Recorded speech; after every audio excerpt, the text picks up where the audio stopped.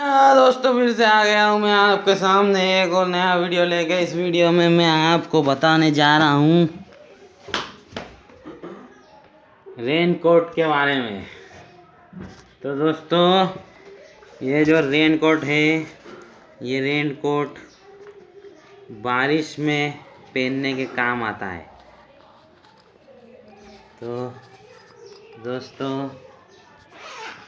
ये rain coat, ये देखिए दोस्तों, ये जो रेन कोट मैंने निकाला, बहुत से लोगों को रेन कोट के बारे में मालूम नहीं रहता, इसलिए मैं ये वीडियो बना रहा हूँ। तो दोस्तों ये रेन कोट में एक तो जैकेट रहता है, नहीं ये पेंट रहता है रेन कोट का, और ये रहता है जैकेट।